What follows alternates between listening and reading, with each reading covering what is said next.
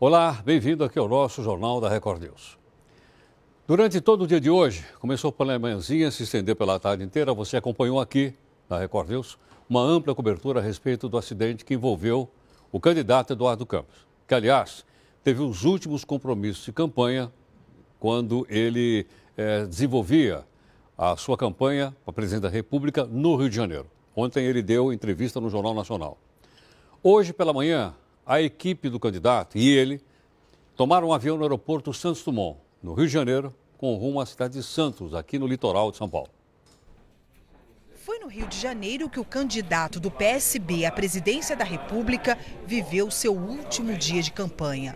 Eduardo Campos esteve nesta terça-feira reunido com o cardeal arcebispo do Rio, Dom Orani Tempesta. A segurança pública foi um dos temas do encontro. Precisamos reduzir essa violência e essa é uma tarefa do Estado brasileiro, dos estados e dos municípios, mas também da sociedade. Eduardo Campos participou de uma gravação para o programa político do PSB. A foto foi postada em uma rede social pela candidata a vice, Marina Silva. O ex-governador de Pernambuco passou a noite neste hotel, na orla de Copacabana, na zona sul do Rio. Eduardo Campos chegou hoje cedo ao aeroporto Santos Dumont acompanhado da equipe. O grupo ficou reunido em uma sala VIP do terminal. O serviço de apoio foi contratado pela assessoria do candidato pouco antes do embarque. O voo deixou o Rio de Janeiro às 9h21 da manhã. O acidente foi com esta aeronave, o modelo Cessna 560XL. Aqui, Eduardo Campos aparece desembarcando dessa mesma aeronave no interior de São Paulo no fim de maio. O avião pertence ao grupo Andrade Empreendimentos e Participações, com sede em Ribeirão Preto, mas estava à disposição da comitiva de campanha de Eduardo Campos. Um companheiro de partido disse que o mesmo avião teria apresentado problemas semanas atrás. A aeronave, com o problema do sistema elétrico, segundo consta pela Infraero, é a mesma aeronave. Possivelmente há uma linha de investigação quanto à existência ou pré-existência de defeito no sistema elétrico dessa aeronave que levou a óbito nosso querido Eduardo Campos.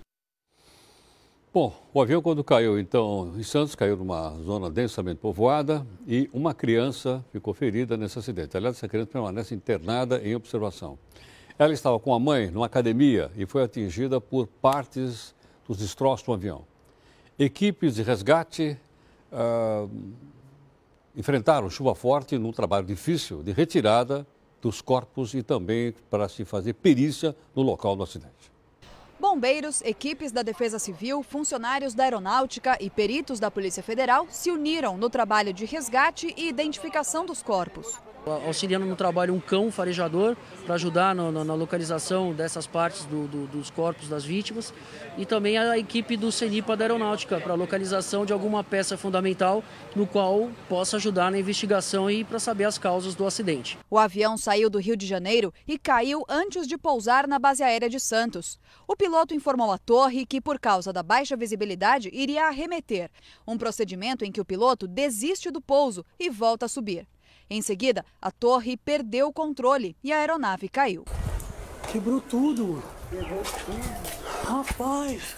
Do fundo desta empresa, os funcionários conseguiram ver o acidente. E os estragos espalhados por todos os lugares. Em minutos, eles tiveram que deixar o local. Havia destroços até no interior de apartamentos. Todo mundo desesperado, corre. Tumulto, pânico, aquela coisa toda. Policiais encontraram o manual da aeronave e a identificação de uma das vítimas. 3 vítimas que estavam no chão foram trazidas para este hospital, todas com ferimentos leves. Entre elas, uma menina de 1 ano e 9 meses, que estava com a mãe numa aula de natação, numa academia bem próxima ao local do acidente. Gabriela deve passar esta noite no hospital em observação. A mãe dela, Larissa, também estava na piscina e já teve alta. Estava com corte no braço, mas graças a Deus tudo bem com ela, está em observação, mas não corre risco de vida. Ela está ótima, tomou ponto, já mamou, está dormindo agora, está em excelente estado. Este aposentado de 86 anos ainda não sabe onde vai dormir hoje. A casa dele foi interditada após o acidente. Foi uma coisa muito rápida, tudo isso aconteceu em 15 segundos mais ou menos. O secretário de Segurança de São Paulo esteve em Santos e determinou a abertura de inquérito para investigar as causas do acidente. É indispensável para apurar eventual crime crime de homicídio culposo, e esse inquérito ele vai coletar várias provas, essas do IML, do local, e depois, evidentemente, a peça fundamental, que é a investigação das causas do acidente pela aeronáutica. A aeronáutica também fará um trabalho de investigação. A retirada e identificação dos corpos deve seguir pela noite. Olha, a gente tem uma ideia, então, do avião que se acidentou, o avião fabricado pela empresa Cessna, que é um avião americano, e usado pelo candidato Eduardo Campos, é considerado pelos especialistas uma excelente aeronave, uma das melhores e mais bem equipadas para esse tipo de voo que a gente dá o nome, vulgarmente, voos executivos. Os aparelhos instalados permitem decolagens, voos, pousos e manobras, mesmo que os pilotos não tenham qualquer visibilidade. A aeronave, que tem capacidade para 9 passageiros e 3 tripulantes, é um dos jatos particulares mais populares do mundo. A empresa americana Cessna Aircraft, fabricante do Cessna 560 XL, responde por cerca de 25% dos aviões executivos que voam no Brasil. Segundo a Associação Brasileira de Aviação Geral, a Cessna Aircraft somava até o ano passado 3.661 aeronaves no Brasil. Em 2013, a frota brasileira de aeronaves executivas, incluindo jatos, turbohélices e helicópteros, somava 14.639 unidades. E olha, para a gente poder entender melhor, em tese, obviamente, o que pode ter acontecido, está aqui conosco o comandante Décio Correia, comandante dessa especialista em aviação e membro do Fórum Brasileiro para o Desenvolvimento da Aviação Civil. Ele está aqui conosco. Comandante Décio, obrigado mais uma vez pela gentileza. Boa noite, Décio. Obrigado. Geraldo, como é que vai? Tudo bem? Décio, para a gente entender, obviamente, vamos falar em tese, né? Okay. Porque esse caso específico está sob investigação de autoridades aeronáuticas. Diz o seguinte, esse local onde ele ia pousar é aquela antiga base aérea de Santos? Bem aquela. É. Pela tua referência, eu já vi que você conhece. Realmente é a base aérea de Santos. E, na verdade, se nós formos um pouquinho mais para trás, na verdade, aquilo ali era uma base aérea da Marinha. E quando foi criado o Ministério da Aeronáutica em 1941, a frota da Marinha passou para a Aeronáutica e também aquela base aérea passou a ser a base aérea de Santos, encarregada de patrulha marítima e etc, que foi perdendo importância com o tempo. Ali tinha um esquadrão de helicópteros e aí já estava nesse projeto de transformar aquilo de aeroporto do Guarujá. Fica ali no Vicente Carvalho, uma pista... Que tamanho tem, só para ter uma ideia? A extensão dessa pista? Eu não tenho minha certeza, aproximadamente. Mas, aproximadamente 1.200 metros, alguma coisa pelo gênero. Em condições, vamos dizer, de ideais de operação nela, um jato dessa categoria opera tranquilo, com peso máximo de decolagem, de pouso como ele estava ali, etc. Tal. Mas, a partir daí, Heroto, entra aquilo que a gente chama de componentes dissonantes, né? Ou seja, aquelas coisas que não combinam. Então, nós temos um jato de última geração, ou um jato realmente equipada com todos os recursos que nós poderemos dispor no cockpit de uma aeronave, especialmente para aquela operação de pouso por instrumentos, etc. Lamentavelmente, nós temos tudo isso a bordo, uma tripulação eventualmente preparada para operar aquela aeronave, porém, do outro lado, você tem o componente perverso, uma pista que não tem recurso nenhum. E aí entra todo... Tem um NDB... Explica para mim que é NDB, que eu não NDB, o nome já diz, Non-Directional Beacon, ou seja, não direcional. Né? Ele te diz aonde está o campo, mas não te diz o alinhamento para a cabeceira. Então eu posso estar voando para cá e a pista está aqui. Ele é um sinalizador eletrônico? É um sinalizador, como uma broadcasting, aliás, a gente usa mesmo, ou eu sintonizo um NDB, ou mesmo uma frequência de AM. Uma rádio local? Uma rádio local, Rádio Santos, qualquer AM, não FM. Bom, esse é um primeiro problema. O segundo a frente tinha acabado de chegar. A frente quer dizer o quê? A frente fria? Essa frente fria que chegou, tinha acabado de chegar. E deve ter chegado lá por volta de 8 horas, 8 e pouco e etc. Porque até 6 horas da manhã estava um calor terrível. Eu mesmo levantei e estava de manga de camisa. Você estava naquela região, não? Não, eu estava aqui. São Paulo. Eu estou aqui em São Paulo. É verdade, depois esfriou. Mas ali esfriou e aí entrou chuva e etc. Aquilo pegou a tripulação chegando. Sei. Com isso, o teto ficou mais baixo ou não? Isso ficou mais baixo, a visibilidade ficou restrita, porque essa é uma condição que é comum de você ter em aeroportos ao lado de serra.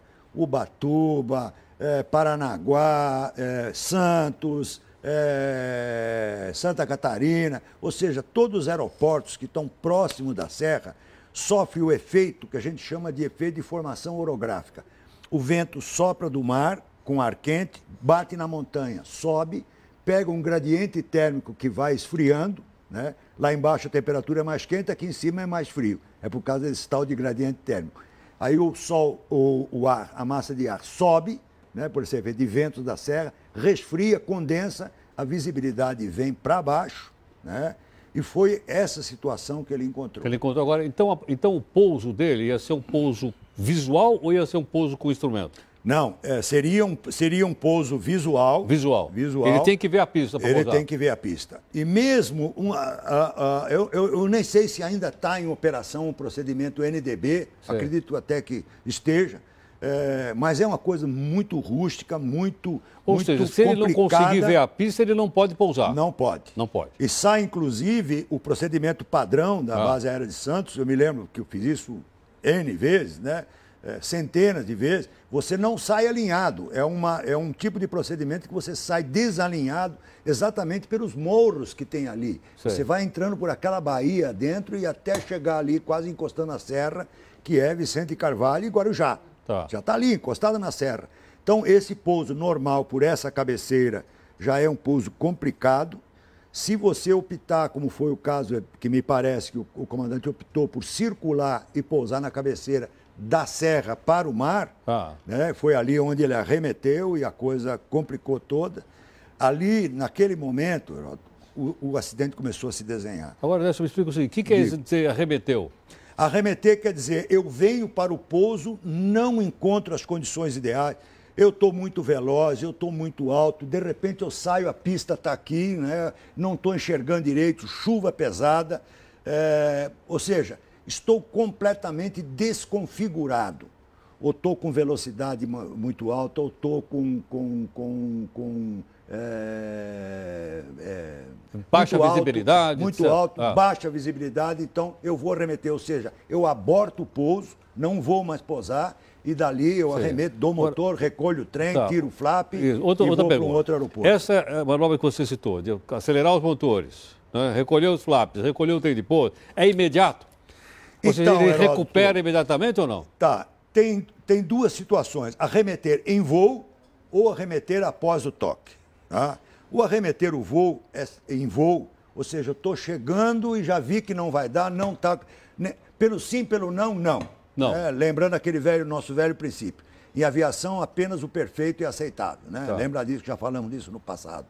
Então, estou desconfortável, vou arremeter. Eu fiz isso algumas centenas de vezes, para não dizer... Né? Eu fui o rei da arremetida. Né? Não estou confortável, eu vou embora. E circulo, pó de novo, arrumo meu avião e venho. Então, arremeter em voo é muito mais tranquilo, porque primeiro passo, eu já recolho meu trem de pouso, tiro aquele arrasto monstruoso que está lá. Que são os flaps? Aí vou tirando o flap, porque eu venho com o avião tudo sujo. Né? Eu venho perdendo velocidade para parar a zero. Então eu venho sujando o avião inteiro, baixo o trem de pouso, baixo os flaps, aquilo vira um freio monstruoso, quando não speed brake, enfim, vou sujando o avião. Arremeter nessa condição, muita gente diz que isso é como uma decolagem. Não é nada disso, não é nada. Decolagem é uma coisa, arremetida é outra. É outra. Então, eu recolho o trem de pouso, vou recolhendo meus flaps devagarzinho e vou embora, vou para a procura. A outra... Eu venho, vai dar, não vai dar, vai dar, não vai dar. Em vez de tocar no ponto ideal da pista, eu vou tocar no meio da pista. Meu avião não vai parar. Não vai parar na pista. Aí eu resolvo fazer o quê? Empurro as manetes tudo para frente, vou lá em potência máxima, em toga, né? E ali preciso ganhar velocidade para rotate, porque ele não vai rodar. Rotate quer dizer para poder subir. Para poder tirar o avião do chão. Né? Se eu toquei muito próximo do fim da pista, e pode ser o caso ali, Heródoto, não vai voar. Sei, quer dizer, ele não adquiriu velocidade Vai suficiente. acabar a pista, eu tiro ele do chão e com as buzinas tudo tocando, blém, blém, blém, blém, Que blém, buzinas blém, são blém, essas que blém, tocam? Explica que diabo de buzina. Toca buzina no avião? Então, quando o avião está perdendo a sustentação, você tem a buzina de stall. É um alarme? É um alarme. Fica blém, blém, blém, blém, blém, blém, blém, blém, blém, né? Tá avisando, vai cair. Vai cair, tá. cara. Né? Você abaixa esse nariz, tira o ângulo de ataque, né? Enfim. Faz qualquer coisa. Faz qualquer coisa, porque você vai cair. Você vai cair. E ali nessa situação, Heródoto, pelo amor de Deus, estamos aqui só no terreno. Estamos falando no tese, estamos falando em tese, claro. Mas, perfeito. Cara, temos uma realidade. O avião tentou pousar e bateu. Tá. Né? Então, eu, conversando com um amigo nosso, até conhecido seu, um comandante muito experiente, que é até da casa aqui, agora me parabenizando pela Quem é o Hamilton ou não? O Pérez, comandante Pérez. Ah, o Pérez, tá. O Pérez, estava conversando com ele, ele falou bem o seguinte, né? Do seguinte, o cara não está confortável, vai para a alternativa, pelo amor de Deus, né? Então, aconteceu. Ele tentou, houve uma tentativa. Agora, muitas vezes não tem pressão do passageiro. Olha, eu tenho que chegar lá de qualquer forma, porque eu vou ter um comício e eu tenho que estar lá no Guarujá às 9 da manhã ou 10 da manhã, sei lá que hora era. Não tem também uma certa pressão do passageiro em cima do comandante? Heródoto, isto é muito mais forte do que você pode imaginar. É? A pressão, o medo de eu perder meu emprego, o dono me trocar o piloto porque acha que eu sou... É bom você contar isso. Enfim, sem dúvida nenhuma, Ulisses Guimarães foi um caso de forçada de barra. A morte dele? Claro. Ele forçou naquelas o piloto. Condições. Não, ele pode não ter forçado, mas o fato de ele... Escuta, olha, eu preciso ir, tal e coisa, papapá, tal.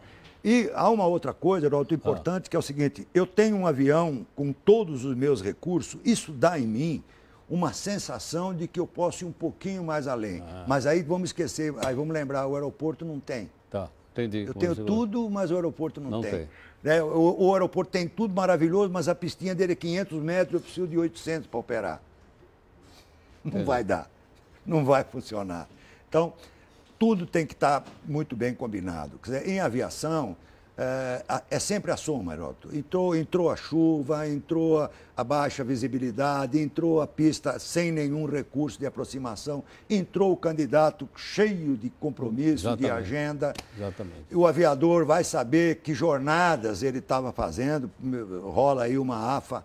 AFA é fofoca no meio da aviação. Rola uma que ele postou no Facebook que está muito cansado, que piloto de campanha. Teve isso. Rola, sim, parece que é fato. O copiloto, inclusive, era meu conhecido, eu conhecia, o Magela. Então, é isso mesmo. Então seria um conjunto de fatores e não um fator principal. Uma coisa eu posso garantir, Heródoto, o pouquinho de experiência que eu possa ter, até porque eu sobrevivi, né? Sou um sobrevivente. Mas eu posso dizer uma coisa, com toda a serenidade, eu, como comandante, responsável por todos os meus passageiros, responsável por aquelas vidas, por tudo que está ali, responsável por aquela operação, eu, na verdade, sou o homem absolutamente o maior e mais importante responsável dessa operação. Se naquele momento eu digo, olha, não está confortável... Não dá. Go around. Né? Vamos embora. Vamos para Congonhas, temos tudo certinho, olha, ele estaria jantando, uma bela peixada, etc. Tal. Senhor, mais uma vez, obrigado pela gentileza. Queria que você só ficasse um pouquinho para a gente conversar um pouquinho aqui no nosso portal, e pela clareza e pela didática, né? Com qual você é capaz de explicar as coisas para a gente entender. Lamentavelmente, você só me chama nessa situação. Me chama para uma felizmente, você atende aqui aos telespectadores e aos internautas aqui do RZ, tudo bem? Obrigado, Heródoto. Só um instantinho. Bom, um outro assunto importante, a gente vai voltar nesse assunto, logicamente, nós temos outros convidados aqui. A Bolsa de Valores de São Paulo fechou hoje em queda de 1,3%, puxada principalmente pelas ações da Petrobras, que encerraram o pregão. Caiu as ações da Petrobras, caíram hoje cerca de 5%. Né? A Bolsa viveu um dia bastante instável, primeiro por causa desse acidente que o comandante Décio acabou de falar. E depois outros acontecimentos também, aquelas questões em Brasília e tudo mais. Segundo a analista, os investidores analisaram quais serão os reflexos da morte do Eduardo Campos na corrida eleitoral, e isso, por incrível que pareça, mexe também com a Bolsa de Valores. Bom, daqui a pouquinho o nosso companheiro, o nosso comentarista, Ricardo Cocho, vai falar um pouco a respeito do Eduardo Campos, né? Haja vista que O Couto fez recentemente, inclusive, uma longa matéria com ele publicada na Revista Brasileiros. E o Couto tem alguma coisa importante para acrescentar nessa cobertura que a Record News está fazendo desde que confirmou que realmente o Eduardo Campos havia morrido em Santos. Já, já.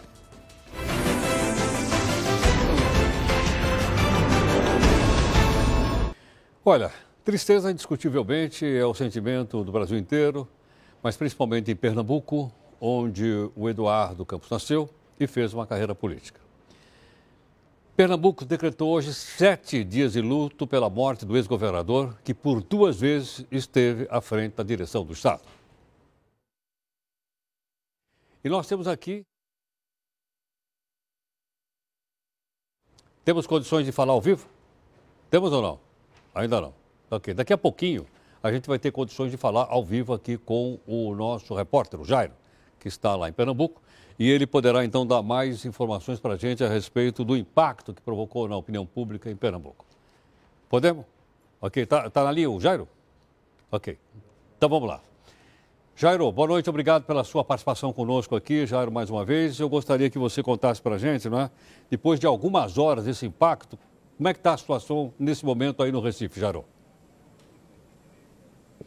Olá, boa noite para você, boa noite a todos. Olha, a comoção é grande aqui no Recife e não poderia ser diferente. Eduardo Campos, que é um político que sempre foi muito ligado à população, ele é nascido aqui no Recife, ele completou 49 anos no último domingo e a comoção é bastante grande. Hoje, durante todo o dia, muitas pessoas não acreditavam no que estavam vendo, no que estava acontecendo. Muitas pessoas vieram aqui para a frente do Palácio Campo das Princesas, sede do governo de Pernambuco, onde eu estou agora, para querer saber mais informações, mas o que se sabe é que o corpo ainda não foi liberado por se tratar de um desastre aéreo. Isso demora um pouco e não há previsão, não há data marcada ainda para o velório e também para o sepultamento. Segundo informações da família, Eduardo Campos será sepultado no cemitério de Santo Amaro, que fica na região central aqui do Recife, ao lado do avô Miguel Arraes, que também foi governador aqui de Pernambuco, e é, de certa forma, uma homenagem a ele e a todo o povo pernambucano. Hoje à tarde, uma comitiva do partido de Eduardo Campos, o PSB, seguiu para São Paulo para acompanhar a liberação e também o translado. A esposa, a Renata e os demais familiares vão permanecer aqui em Pernambuco. Heródoto. Jairo, como foi a reação na cidade do Recife, no estado de Pernambuco, depois da confirmação da morte dele? As pessoas pararam, ficaram sem saber o que estava acontecendo, tiveram dificuldade em acreditar que realmente uma tragédia dessa pudesse acontecer. Como é que foi o dia? Conta um pouco para a gente, Jairo. Olha, em todos esses anos que eu tenho de jornalismo, dificilmente eu posso dizer que vi uma comoção tão grande nas ruas. As pessoas paravam à medida que iam sabendo, que iam tendo algum tipo de informação, seja pelo rádio ou telefonemas, paravam em frente às lojas que vendem televisores do centro do Recife para acompanhar as notícias. Muitas pessoas chorando na rua, emocionadas, muitas pessoas que acreditavam na candidatura de Eduardo Campos e também acompanharam todo esse trajeto dele, toda a trajetória dele aqui em Pernambuco. As escolas e universidades devem decretaram já luto oficial, mas devem suspender as aulas nessa quinta-feira. Então, o que se espera nessa quinta-feira é a liberação do corpo e se isso acontecer, Heródoto, a comoção vai ser muito grande. Muitas pessoas, hoje inclusive, mesmo sem saber o que estava acontecendo direito, vieram para a frente aqui do Palácio do Campo das Princesas para saber quando seria o velório, o que iria acontecer, porque elas fazem questão de acompanhar de perto esse momento triste da história de Pernambuco e, por que não dizer, de todo o nosso Brasil. Sem dúvida, Jairo. Jairo, obrigado. Até a próxima, então. Até mais. Obrigado. Olha, para falar um pouco mais, então, a respeito da importância política do Eduardo Campos, quem está aqui conosco é o nosso comentarista em política, jornalista Ricardo Couto. Boa noite, Couto. Tudo bem? Herói. Tudo em ordem? Tudo em ordem. Couto, quando você fez aquela longa matéria, belíssima matéria que você publicou no Brasileiro, você foi a Recife, teve um contato com o Eduardo Campos, qual foi a primeira impressão que você teve com ele ou você já conhecia ele de antes? Eu conheci Eduardo Campos, eu queria dizer, viu, Heródoto, que eu também estou muito triste. O Brasil perdeu, acho que o político que mais dava esperanças na nova geração, num país que tem uma carência enorme, né, de novas lideranças, de referências, né, é uma perda muito grande.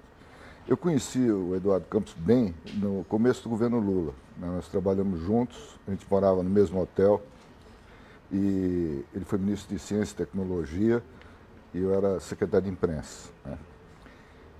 Aí saí, ele também, ele foi eleito governador de Pernambuco e reencontrei com ele em 2010, dias antes da eleição, né? Já todas as pesquisas mostraram que ele seria reeleito, com uma larga vantagem sobre o Jarbas Vasconcelos, com mais de 80% dos votos. E nós combinamos o seguinte, que se as pesquisas fossem confirmadas pelas urnas, a matéria sairia. Ele me deu uma entrevista como grande vencedor antes da eleição, para você ter uma ideia da força que ele tinha, né? E foi a capa da revista. Em 2012, eu fui cobrir a campanha municipal, né, em vários lugares, inclusive no Recife. E tinha marcado um almoço com o assessor do Eduardo Campos, que é o Evaldo Costa, da nossa geração, assim, experiente, que tinha sido assessor do Miguel Arraes. Uma das heranças do Arraes para o Eduardo foi o assessor Evaldo Costa. E na hora que eu cheguei no Recife, a secretária do Eduardo me ligou e falou: o governador quer almoçar com vocês. Estava junto com o Hélio Campos Melo, que é fotógrafo e o diretor da revista. Aí nós fomos lá e ele não parava mais de falar e de comer. O almoço começou 13h, nós ficamos até às 5h, né? E ali eu percebi, né, que o Eduardo Campos seria candidato a presidente da República em 2014. Ele não era ainda? Não era. Né? Mas houve uma divergência muito grande dele com Lula e do PSB, o partido dele, com o PT. Por causa da escolha do candidato a prefeito do Recife. Você vê como é que a história, muitas vezes, é feita a partir de uma questão municipal e vira uma questão federal que alterou, eu acho, como vai alterar agora o quadro da disputa presidencial. Houve um desencontro grande, né? O Eduardo não conseguia falar com o Lula para resolver, porque o PT lançou um candidato, depois trocou, e a Frente Popular já tinha muito tempo, né? A aliança dos dois partidos. Aí Eduardo chegou uma hora e falou: não, vou lançar um candidato, senão vamos perder a eleição. E o Lula não gostou, o PT não... Aí começou a briga que desagou depois na saída do Eduardo Campos do governo no ano passado e a candidatura dele. A saída dele do governo da presidente Dilma. Da base aliada. Da base aliada. E se lançar candidato a presidente da República, surpreendeu o mundo político ou não? Foi uma surpresa, o pessoal já estava todo mundo... Foi um processo. Eu tinha certeza disso, em algum momento ia acontecer, pela conversa que nós tivemos em 2012. Bom, eu vou fazer uma pergunta para você, não sei se você vai querer responder ou não, acho que eu tenho certeza que todo mundo gostaria de fazer. Vice dele é Marina Silva. A Marina Silva é do PSB. O partido dela não existe, logo ela está afiliada ao PSB. Muito bem. Pela ordem natural das coisas, ela vai ser candidata a presidente da República pelo PSB e vão escolher um novo vice? É possível que vá por aí? É possível, Heródoto, e é provável. Porque se ela era vice do Eduardo Campos, poderia assumir o lugar de caso ele fosse eleito a qualquer momento. Vice é para isso. Claro. Né? Agora, em política, a gente aprende que não tem coisas naturais. Né? São coisas... O PSB tem 10 dias para pensar. A aliança, aliás, a coligação liderada pelo PSB do Eduardo Campos tem 10 dias para escolher um novo candidato. Agora, eu não gostaria de falar sobre isso agora, Heródoto, porque eu acho que é tudo muito recente, o choque foi muito grande, inclusive para mim, que era amigo dele, e a gente tem que respeitar a família, né? Respeitar o ser humano, e não só pensar em política ou na bolsa, como nós vimos agora, que sobe e desce ao sabor da política. Há pessoas, há seres humanos por trás disso. Eu acabei de ler agora uma coisa que me marcou muito, eu queria falar para você e para os nossos amigos. Espera aí, Coutinho, vamos fazer assim, você não vai falar isso agora, só um instantinho. O Eduardo Ribeiro está aqui com a gente, queria colocar o Eduardo aqui na nossa conversa. Edu, gostaria que você então contasse para a gente, né? Que tipo ainda de comoção, porque isso é uma comoção, né? Aí em Santos, depois do acidente que provocou a morte do Eduardo Campos. O que é que você conseguiu apurar aí, Edu? Vamos lá? Boa noite, Heródoto. Olha, eu cheguei aqui pouco depois das 2 horas da tarde. Você me ouve bem, Heródoto? Sim, ouço. Pode ir. Tudo bem. Vamos lá. Cheguei aqui pouco depois da... Tá bom, eu cheguei aqui por pouco depois das 2 horas da tarde, chovia bastante, continuou chovendo durante toda a tarde de hoje. Nós estamos a menos de 10 metros do local do acidente, homens do Corpo de Bombeiros, da Defesa Civil, vão passar a madrugada fazendo buscas. É claro que foi uma comoção muito grande, porque a princípio as informações eram desencontradas. Primeiro, um helicóptero teria caído, depois uma aeronave poderia ter se chocado contra um helicóptero e somente quase 2 horas depois do acidente propriamente dito é que se pôde ter certeza, a partir de uma fala do líder do PSB lá em Brasília, Júlio Salgado, na Câmara dos Deputados, que tratava-se do avião que trazia Eduardo Campos. É claro que todo mundo aqui ficou perplexo, tratam-se de vidas, sobretudo Eduardo, pai de 5 filhos, foi pai do último filho agora em janeiro, mas outras 6 vidas dentro daquela aeronave. Mas todo mundo ao mesmo tempo ficou surpreso, Heródoto, porque olha o tamanho dessa área residencial, são prédios e mais prédios, muitas casas e não houve uma vítima fatal sequer em solo. 4 pessoas feridas, entre elas uma criança, é a única que continua hospitalizada, mas ainda assim por inalação de fumaça tóxica, por intoxicação e algumas queimaduras. O acidente foi de enormes proporções. Uma das turbinas da aeronave, Heródoto, ao colidir com o chão, atravessou o 2º andar de um edifício, passou por dentro de uma sala de um apartamento, ferindo 2 pessoas somente pelo deslocamento de ar.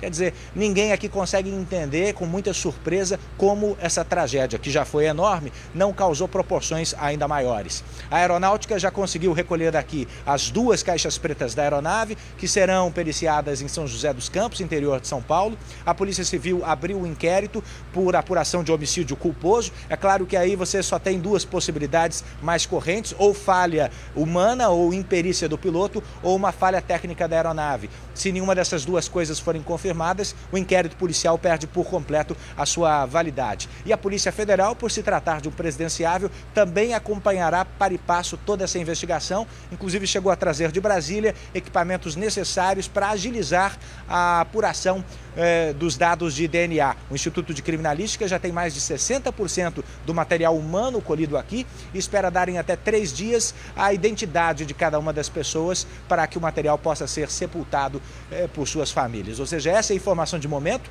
mas o trabalho ocorre durante toda a madrugada de hoje. Heródoto. Edu, o nosso companheiro, o Jairo, que entrou agora lá do Recife, dizendo que há uma expectativa muito grande das pessoas de uma forma geral, para o momento, então, em que houver o traslado do corpo do Eduardo Campos para lá. Você conseguiu apurar alguma coisa sobre isso? Em suma, há essa expectativa? As autoridades já disseram quando é que ele seria transportado para o Recife? Enfim, alguma coisa que a gente pudesse, né, passar para o pessoal do Recife que nos acompanha? Claro, Heródoto, o que o Instituto de Criminalística fala aqui é impossível para a gente, diante de um emaranhado de ferro retorcido e de escombros de residências, conseguir fazer qualquer tipo de identificação nesse local. Por isso, os materiais humanos, os restos mortais das vítimas dessa tragédia foram levados para o Instituto Médico Legal de São Paulo, que tem mais condições de fazer essa perícia. 60% do material. Por quê? Mais partes, né, mais material humano, mais restos mortais ainda podem ser encontrados durante a madrugada. Até a análise a partir de exame de DNA confirmar quem é quem dentro da aeronave pode levar até 3 dias. Esse é o prazo que nós temos. Mas ela pode ser feita ainda essa madrugada ou amanhã de manhã. Assim que tiver uma confirmação, daí sim o corpo do presidenciável, do ex-candidato à presidência Eduardo Campos, vai em uma urna lacrada para Recife para possibilitar velório e sepultamento. Essa é a expectativa, até 3 dias é o que o Instituto de Criminalística pede. Heródoto. Edu, obrigado aqui pela participação mais uma vez.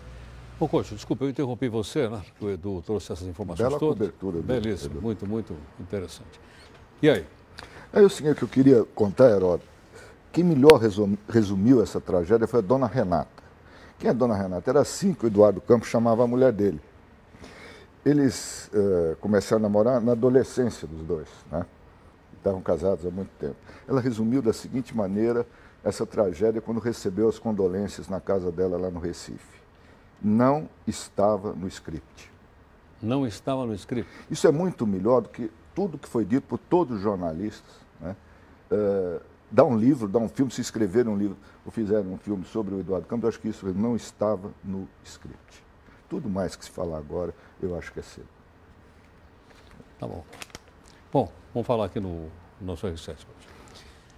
Olha, os institutos Datafolha e Ibope confirmaram que as pesquisas que intenção já foram coletadas e serão divulgadas mesmo após a morte do candidato, ou seja, foi feita a pesquisa eleitoral, que ainda não foi divulgada, e constando o nome do Eduardo Campos como candidato a presidente da República, ele vai ser mantido lá, até para as pessoas poderem ter uma ideia da proporção, porque é uma foto do passado, não é uma foto do futuro.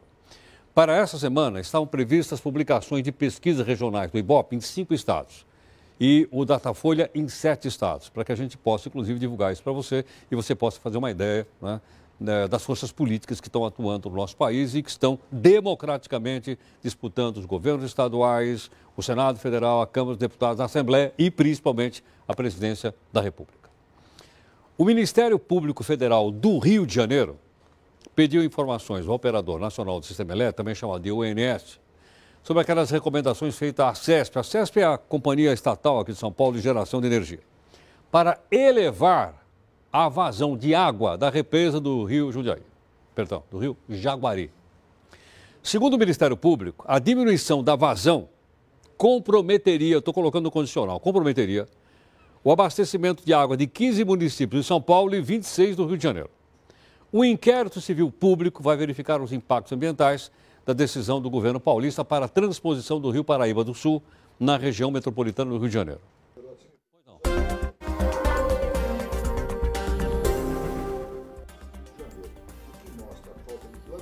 Desses dois governos e do governo federal.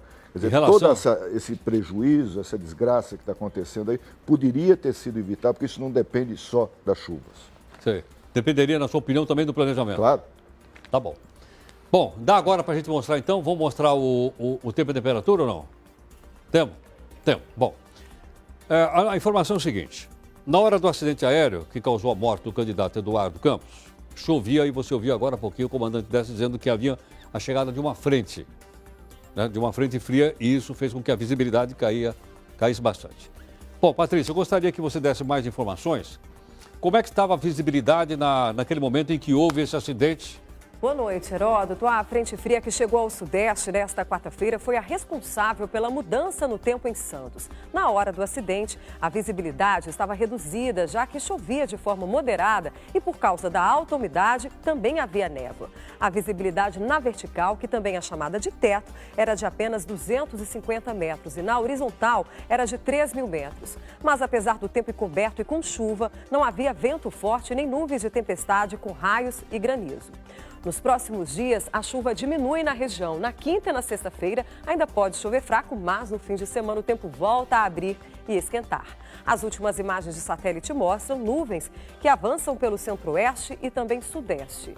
Amanhã, uma frente fria mantém o tempo estável com chuva fraca em toda esta faixa leste do sudeste. Também chove nas áreas cinzas do norte e do nordeste. Na maior parte do país, o sol predomina. E a combinação de temperaturas muito baixas e tempo seco provoca geadas entre o estado gaúcho e o sul do Paraná. Em Urupema, na Serra Catarinense, a temperatura pode chegar a 5 graus abaixo de zero na próxima madrugada. Em São Paulo, amanhã pode ser um dos dias mais frios do ano. A máxima não passa dos 15 graus. Em São Luís, faz calor, com 32 graus. É com você, Heródoto. Ok, Patrícia, obrigado. Bom, a gente vai ter outras informações aqui a respeito do caso, desdobramentos da morte do Eduardo. E a gente vai falar também sobre a situação jurídica da candidatura do PSB à presidência da República, para a gente poder entender também essa questão que a gente vai explicar daqui a pouquinho.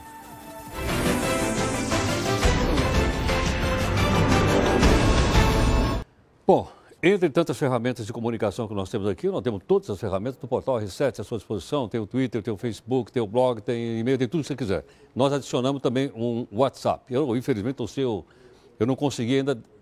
Está no GC? Está aí? Está o númerozinho do GC? Ah, está aí o número dele. Tá. Ok. Então, eu quero dizer o seguinte. O Joselito, que é de Novo Hamburgo, no Rio Grande do Sul, diz o seguinte. Umas frases realmente interessantes. A democracia está de luto, seria um bom embate político. Sem dúvida. Um excelente embate político com um candidato ético e cortês, como era o Eduardo. O Júlio, que é de Paraty, do Rio de Janeiro. Triste pela morte do Eduardo Campos, força à família dele e aos demais. Outro exemplo que nós temos aqui é do Gabriel Tramontim, que é de São José dos Ausentes, no Rio Grande do Sul. O Brasil não perde apenas um candidato. A presidência perde também um idealista de um futuro melhor. Está aí algumas alguns testemunhos que certamente ajudam a entender, né, a dimensão e a importância do Eduardo Campos. O PSB do candidato à presidência Eduardo Campos tem agora 10 dias para escolher um novo nome para a disputa. A vice dele, como você sabe, Marina Silva, ela está afiliada ao partido e ela é favorita para assumir essa candidatura. A Lei Eleitoral 9.504 estabelece as normas para as eleições.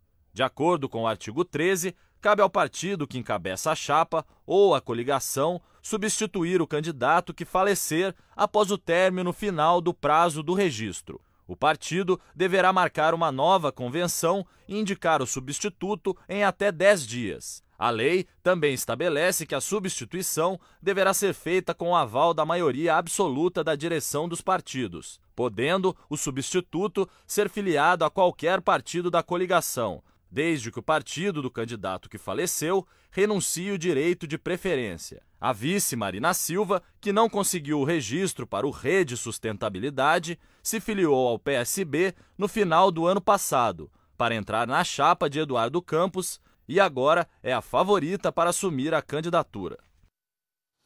Bom, para a gente poder entender melhor essa legislação, que é uma coisa complicada, gentilmente está aqui conosco o doutor Alberto Luiz Mendonça Rolo. Ele é um especialista em justiça eleitoral. Doutor Alberto, boa noite, obrigado pela gentileza, obrigado por ter vindo, Alberto. Boa noite, Heródoto, tem um prazer estar no seu programa. Obrigado. Alberto, então explico primeiro aquela questão que o Couto deixou agora há pouco aqui.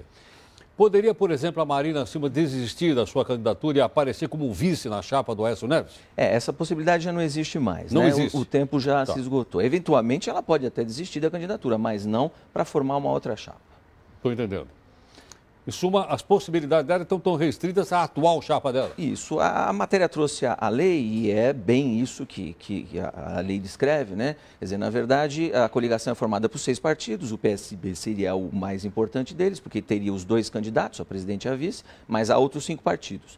Então, um desses 6 partidos, então, pode indicar esse substituto do candidato Eduardo. A preferência é do PSB, por isso é que existe aí, então, um favoritismo, diria assim, para a Marina, porque ela já está afiliada ao PSB e o PSB tem essa preferência, mas não necessariamente. Hoje, quando essas notícias surgiram ao longo do dia, no começo, né, muita gente dizia, não, mas automaticamente, então a vaga é da Marina. Juridicamente não é assim. Ah, não é? Não é automaticamente, a vaga não é garantida para ela. Talvez ela tenha algumas preferências, né? Talvez ela já esteja trabalhando em prol da chapa já há mais tempo, então, naturalmente, tudo se volta e se orienta para ela, mas juridicamente não é assim. Não. Como disse a matéria, os 6 partidos vão se reunir através dos seus órgãos de direção, esses órgãos de direção são chamados executivas, então essas executivas dos 6 partidos vão se reunir isoladamente e cada executiva vai decidir quem é esse substituto.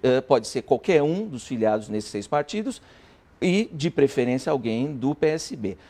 E essa votação entre os 6 partidos é feita por maioria absoluta, quer dizer, então, os 6 partidos, a maioria absoluta serão 4. 4 partidos decidindo em torno do mesmo nome, se for o caso da Marina, então ela passa a ser a substituta do candidato Eduardo Campos.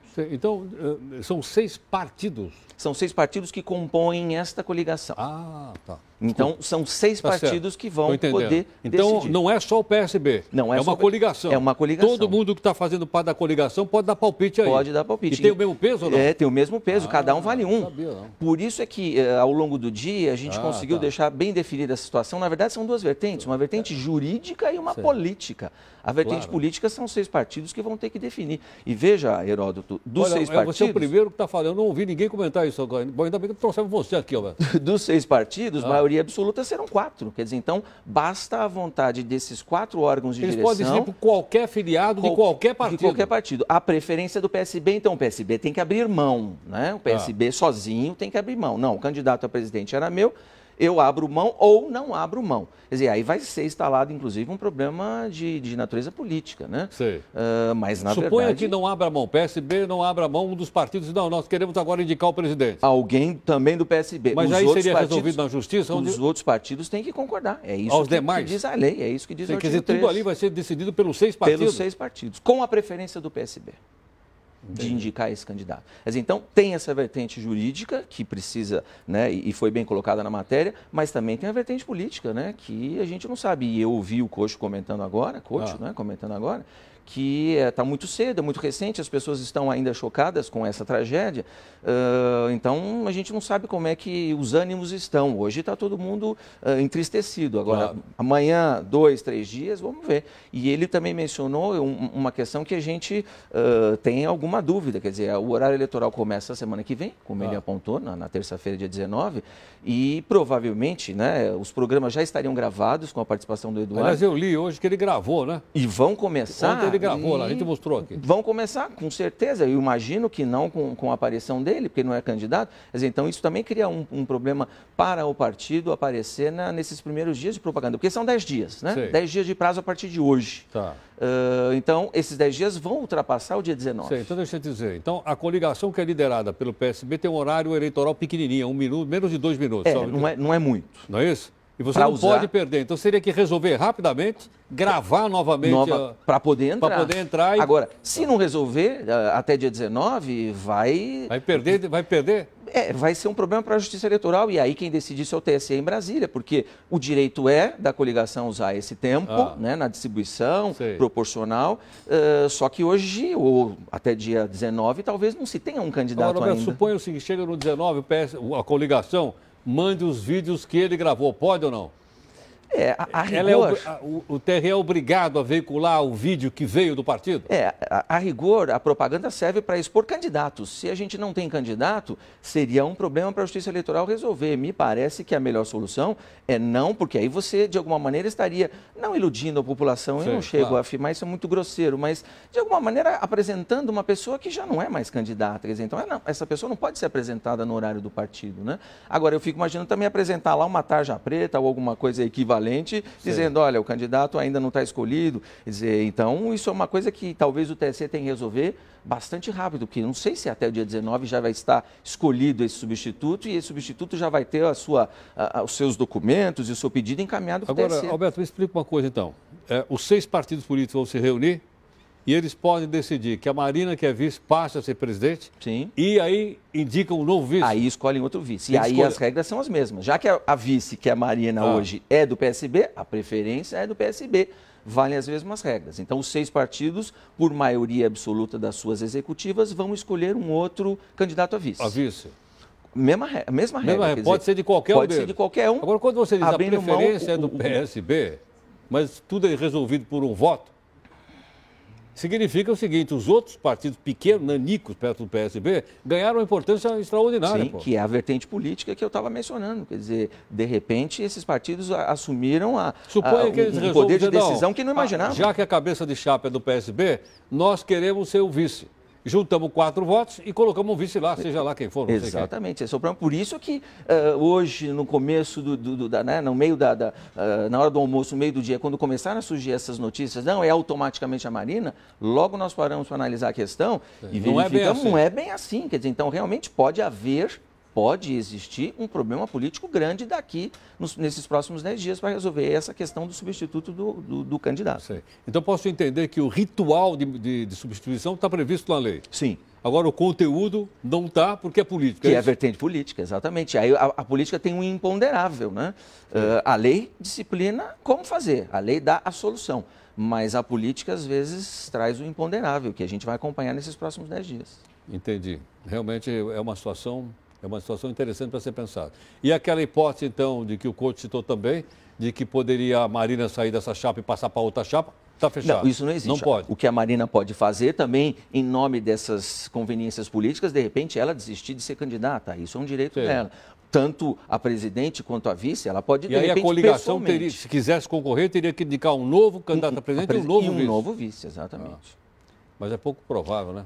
Aí entram as conjecturas políticas, né? É possível. Agora, também ouvi, ela vai apoiar o candidato A, B, formar chapa com o candidato A ou B? Hoje, durante o dia, isso foi mencionado. Não existe essa possibilidade, porque todos os prazos para coligações e alterações já estão esgotados, já estão superados. Agora, bom, então o nome dele não vai aparecer, obviamente, na urna eletrônica?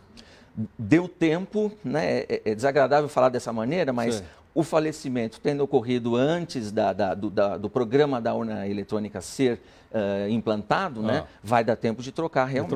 Senão teria que trocar também.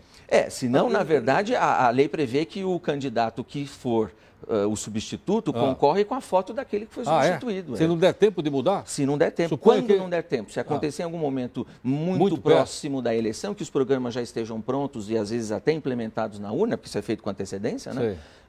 Aquele candidato novo, que é o substituto, concorre com a foto do antigo. Então, poderia acontecer, não vai acontecer, mas poderia acontecer da Marina, se ela for escolhida, concorrer com a foto do Eduardo. Isso é uma hipótese que não vai acontecer, mas poderia. Poderia ter acontecido se fosse mais perto da eleição. Se fosse mais próximo da eleição. E aí também teríamos consequências políticas, ou a favor ou contra, né?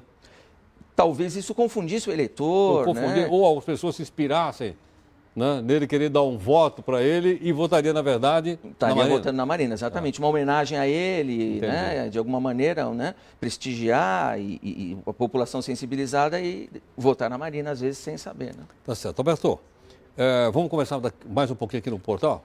Tá certo? Eu acho que você hoje aqui trouxe mais uma luz importantíssima, viu? Interessantíssimo que você acabou de lembrar. Nós estamos à disposição. Ficou muito claro para nós aqui agora, ficou realmente muito claro. Bom, deixa eu mudar um pouquinho de assunto pelo seguinte, em que pese, né, a Record News está desde manhã trazendo informações para que a gente possa ter uma ideia do que vai acontecer em relação, então, à perda do Eduardo Campos, nós também continuamos acompanhando outros assuntos importantes de interesse nacional. Por exemplo, aquela ex-contadora do doleiro Alberto Youssef, a senhora Meire Posa, prestou depoimento no Conselho de Ética da Câmara hoje pela manhã, antes do acidente. Um outro assunto importante do dia é que o número de mortes provocado pelo vírus Ebola subiu para 1.069 pessoas, segundo dados da Organização Mundial da Saúde. O surto do Ebola afetou os jogos de futebol na África. A Confederação Africana de Futebol anunciou hoje que as seleções de países não poderão jogar em casa nas próximas partidas pelas eliminatórias da Copa Local de 2015. As equipes de Guiné e Serra Leoa terão que escolher outro lugar para sediar os jogos por causa da doença.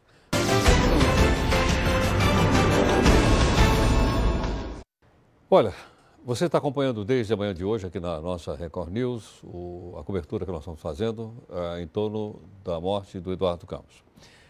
Mas pelo mundo, nós também registramos casos de candidatos à presidência que morreram durante a campanha eleitoral. No ano passado, Lino Oviedo, candidato à presidência no Paraguai, morreu na queda de um helicóptero. O acidente aconteceu quando ele seguia para um evento de campanha no norte do país. A morte dele aconteceu 2 meses e meio antes das eleições. Lino Oviedo ficou conhecido no país após derrubar o então ditador Alfredo Stroessner, em 1989. Chegou a ser candidato à presidência em 98, quando foi preso acusado de uma tentativa de golpe. Ele passou 4 anos no Brasil como exilado político. Investigações sobre a queda do avião concluíram que o piloto foi o responsável pelo acidente e a possibilidade de um atentado foi descartada. Em 2005, na Polônia, o candidato à presidência Daniel Podryski sofreu um acidente de trânsito. Ele chegou a ser levado para o hospital, mas não resistiu e morreu. O acidente aconteceu 15 dias antes da eleição. Podryski não tinha a mínima chance de vencer. Na época, ele era uma das figuras mais radicais de esquerda no país. As razões do acidente nunca foram esclarecidas. Indo mais longe na história, em 1872, nos Estados Unidos, o candidato à presidência Horace Greeley morreu durante o processo eleitoral de contagem dos votos. Após uma campanha árdua, Greeley, já com a saúde fragilizada, morreu 3 semanas depois da morte de sua esposa. Greeley liderou em apenas 5 estados e não venceu as eleições. Mas foi uma figura importante na política norte-americana. Ele foi responsável por fundar o Partido Republicano Liberal. Bom, vamos ver o desdobramento, né, dessa situação toda do nosso país. Quem está aqui conosco é o cientista político Rui Tavares Maluf. Rui, boa noite, obrigado pela gentileza, Rui. Obrigado por ter vindo mais uma vez. É um prazer, é uma satisfação toda minha. Bom, Rui, nós estamos vivendo, eu suponho, um momento de comoção nacional, né? Mas essa comoção pode durar 12, 24 horas ou 48 horas. Depois, o que vai acontecer, Rui? Tem que se tomar uma decisão. A decisão urge, por mais que o círculo mais próximo e mesmo nós possamos estar abalados, a decisão política terá que ser tomada existe esse prazo de 10 dias, me parece mais do que suficiente para que se tome uma decisão. E do ponto de vista, vamos assim dizer, de uma lógica política, e aquilo que você já tratou aqui, outros colegas nossos que nos antecederam também, tudo leva a crer que o caminho será a escolha de Marina Silva. É claro que isso precisa passar por ela também, pela aceitação dela, sei que é difícil, mas me parece que até para a sobrevivência dessas forças políticas, do PSB especialmente, um partido que vinha crescendo, mas ainda assim encontrava dificuldades de se tornar um partido nacional, é essencial ter uma candidatura de peso. Então, isso vai se impondo nessas próximas horas, e eu acredito que, apesar dos cuidados que se deva ter o tratamento disso, e eventualmente até atrasando um pouco o início da propaganda eleitoral para a candidatura, é o que me parece que irá acontecer, a sacramentação do nome dela. Agora, Rui, obviamente que eu vou te perguntar, por especulação da minha parte. Na eleição passada, Marina Silva teve 20 milhões de votos. Agora, como vice do Eduardo, a ideia era que ela agregasse o que ela recebeu na candidatura dele. Parece que isso não estava acontecendo, né? Essa é a impressão que eu tenho. Agora ela saindo novamente como cabeça de chapa. A eleição começa de novo e se renovam as, vamos dizer assim, as possibilidades dela vir a crescer? Certamente, mas eu gostaria de lembrar que no nosso país, para valer, a campanha começa com o horário eleitoral gratuito. Que é no dia 19. Terça-feira. Tá. Faz toda a diferença. Toda a diferença. Então, mesmo esse patamar muito modesto no qual se encontrava Eduardo Campos, poderia ser profundamente alterado. Então. Eu, pessoalmente, até desconfio que isso viria a acontecer, mas devo admitir que era uma possibilidade, sem dúvida alguma. Claro que a favor dela existe o recall, a taxa de conhecimento, isso tudo obra a favor dela. Mas isso não quer dizer que necessariamente o pessoal que votou nela há 4 anos votaria de novo? Certamente não, porque a conjuntura política é outra. A conjuntura política é outra. Então, muitos dos posicionamentos dela ao longo desses últimos anos, mais recentemente, tudo isso vai ser levado em conta. Porque ainda que a gente possa dizer que uma grande maioria do eleitorado está sempre de costas para a política, só vai prestar atenção mais à frente, mas a gente não pode perder de vista que um núcleo menor de eleitores mais atento, de uma certa maneira, acaba se responsabilizando ou sendo responsável por influenciar um outro grupo. Claro. Né? É um certo atalho informacional, vamos assim dizer, para um outro grupo. Então, a depender de como ele está analisando todo esse cenário, poderá haver um encaminhamento diferente daquilo que nós assistimos em 2010 em relação ao nome dela. Agora, Rui, suponha que a Marina cresça. De quem que ela vai tirar voto? Da Dilma, do Aécio, dos indecisos? É possível olhar isso? É possível, sem dúvida alguma. Primeiro, a gente deve lembrar o seguinte, o fato dela ter vindo da base do atual governo, ter sido até uma filiada do atual governo, já mostrou naquela eleição que, de uma certa forma, ela crescia um pouco num eleitorado que havia sido do PT, também descontente, como a própria Marina, e isso, com a ausência dela naquela época, poderia ter ido para a própria candidatura Dilma, facilitando a sua eleição ainda no primeiro turno. Né? Mas, de certa forma, é verdade também que há um potencial de crescimento sobre a própria candidatura, que no momento é a principal da oposição, no caso do Aécio Neves. Mas, em geral, em toda a campanha, o que se deve fazer sempre é, sobretudo, focar no tamanho dos indecisos, ou, se preferirmos, não apenas dos indecisos, mas em todos aqueles candidatos, naqueles eleitores que apresentam uma baixa taxa de convicção em relação ao que vão fazer, que muitas vezes são chamados porque também de indecisos. Porque baixa convicção você pode trocar o seu voto. Tem pode ficar mais entusiasmado por A, por B ou por C. Certamente, e sobretudo se a taxa de rejeição é baixa, né? Que é o caso dela. Né? E isso também facilita. Agora, Rui, me explica mais uma coisa. O Eduardo estava dizendo o seguinte, que ele e a Marina, logicamente, era uma terceira via para impedir aquela polarização que vem acontecendo aí do PSDB com o PT. Né? Você acha que essa correlação de força também pode mudar ou nós já estamos indo para o embate? Olha, Heródoto, tenho dito há mais de um ano, antes mesmo de termos a convicção de que Eduardo seria candidato, que Marina teria esse encaminhamento que teve, que, a depender das candidaturas, seria uma eleição em 2 turnos, mesmo que a presidente Dilma continuasse gozando de razoável dose de popularidade, não tivesse perdido como nos últimos tempos. Então vamos lá, vamos ter segundo turno. O que mais? Vamos ter segundo turno. Será uma eleição muito dura e eu continuo a acreditar que essa polarização não desaparece, mesmo que Eduardo continuasse aí, mesmo que Marina cresça. Ela pode crescer, ela pode eventualmente até tirar o Aécio da parada e ser ela a enfrentar Dilma no segundo turno, mas de certa maneira, se nós pensarmos que não são apenas os presidentes que definem o tamanho dos partidos, outras variáveis são importantes também, de certa maneira, esses dois partidos continuam pilotando o principal da polarização. Agora, Rui, quando a gente fala que tem uma como é que eu vou te falar, uma polarização, é uma polarização programática, ideológica? Olha, é assim que as pessoas olham ou não? De uma certa maneira, esses nomes, não só que estão colocados na eleição de 2014, o Aécio e Dilma, mas também no passado, acabam expressando uma certa visão de mundo das pessoas. Não imaginemos, uma coisa é não ter uma visão, o eleitorado e as candidaturas tão programática, clara, que conheçamos e sejamos capazes de falar a respeito de tudo. Mas os valores passam.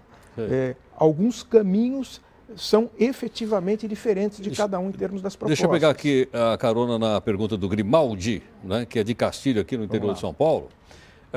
Por exemplo, no caso da candidatura da Marina Silva, você olha para a Marina Silva, você vê floresta, vê bichinhos, né? Vê sustentabilidade, porque ela criou essa imagem, não é verdade ou não? Isso, por um lado, foi positivo perante uma faixa do eleitorado, mas pode efetivamente limitar o seu crescimento perante uma outra faixa no campo da produção.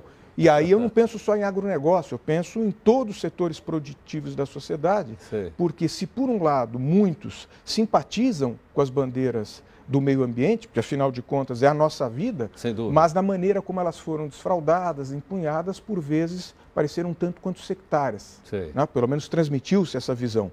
E isso teria agora que ser trabalhado com muito cuidado, porque pode ser uma barreira muito difícil para ela em termos realmente de se tornar uma candidatura competitiva. Mas de qualquer forma, é um programa eleitoral, não é? Sim. É um programa político, não é? É um programa político, não há dúvida alguma. Ainda mais para um país com o tamanho do Brasil, não é? Com o significado ambiental que tem, não só para si próprio, mas para o mundo, sem dúvida alguma. E daí a gente entender também que tem um programa político do PT e um programa político do PSB, ainda que eu não tenha lido os programas políticos dos dois, é isso? Sim, é por aí mesmo. É por aí. Pouquíssima gente irá ler esses programas. O que se espera é que essas candidaturas, com os debates, com o horário eleitoral, possam efetivamente mostrar a que vieram. Diferenças existem claramente. É os candidatos saberem efetivamente como realçar isso daí. Você diz, olha, já há algum tempo que você vem fazendo análises, suas análises são realmente extraordinárias, e diz, olha, a gente vai para o segundo turno, né? Agora te pergunto, no segundo turno, que peso teria a situação econômica do país para decidir pelo candidato da oposição ou pela presidente Dilma? Olha, sempre tem um peso muito grande, e isso a teoria política nos Estados Unidos já nos mostrou há muito tempo, com os estudos regulares que se fazem lá, o quanto a economia efetivamente influencia. Mas eu gostaria apenas de adequar isso para a situação brasileira. É mais do que a economia no campo macro, é como ela é sentida no bolso de cada um de nós. Quer dizer, é o macro interagindo com o micro, com a microeconomia do nosso dia a dia, onde a inflação tem um peso. Não é uma linha determinante tão clara, mas é que, em geral, mexeu no bolso, a gente está alinhavando não só a inflação, mas muitos outros aspectos da nossa vida. Não é? E isso tudo acaba sendo um caldo muito relevante na tomada de decisão. Pode ser determinante numa eleição, isso ou não? Eu acho que prefeito de um segundo turno poderá vir a ser, mas tudo vai depender de como a candidatura de oposição souber transmitir confiança. Conseguir mostrar efetivamente que ela é capaz de mudar. Que esse custo de deixar de voltar no candidato à situação, porque os eleitorados em quase todo mundo, sobretudo esse que pode decidir, a tendência é ser um eleitorado conservador, de manter quem já está. Quem já está, não vão mexer. Exatamente, a coisa caminha por aí. Não é? Mas o segundo turno, quando polariza mesmo, são só duas candidaturas, isso fica muito evidente e vai depender efetivamente do candidato de oposição conseguir convencer o eleitorado dizendo, olha, eu mas tenho... o ambiente fica muito mais favorável para ele. Fica mais favorável? Fica muito mais favorável. Agora, há candidatos que conseguem no segundo turno o que parece praticamente impossível, que é perder votos. Né? Em geral, todo candidato, mesmo perdendo a eleição no segundo turno, chegando já em segundo lugar no primeiro turno, indo para o segundo e perdendo, a tendência é crescer. Né? Você tem aí pelo mundo afora, e mesmo já no Brasil, situações muito específicas nas quais a pessoa chegou bem no primeiro turno, aparentemente entra para o segundo turno com a possibilidade de rivalizar, de vir a se eleger e tem um decréscimo. Porque entram alianças nesse interregno, nesse lapso de tempo entre o primeiro e o segundo, que são muito relevantes. Um equívoco, né, um pequeno erro pode fazer muita coisa desandar. Tá certo. Rui, obrigado pela sua gentileza. Rui, foi um prazer. Muito obrigado pelo convite. Muito obrigado. Deixa eu só dizer uma coisa, Rui. Uma pesquisa britânica sugere que partículas de ouro podem ajudar no tratamento do câncer no cérebro. O assunto importante é o seguinte: a Copa acabou e o Campeonato Brasileiro está de volta, por incrível que pareça. Mas olha, o preço dos ingressos ainda é o padrão FIFA. Bom, nós ficamos por aqui com a participação de todas as pessoas que fizeram o jornal, os jornalistas, os técnicos, os nossos convidados, tudo à sua disposição no nosso portal, que é o R7. Hoje nós estamos esticamos um pouco o jornal, agora são 10 horas e 28 minutos. Você acompanhou desde manhã um esforço aqui de toda a nossa equipe da Record News para mostrar para você e acompanhar o desdobramento da morte do Eduardo Campos. E a gente continua, obviamente, ao longo da nossa programação. Nós todos do jornal voltamos amanhã às 9 da noite. Até lá.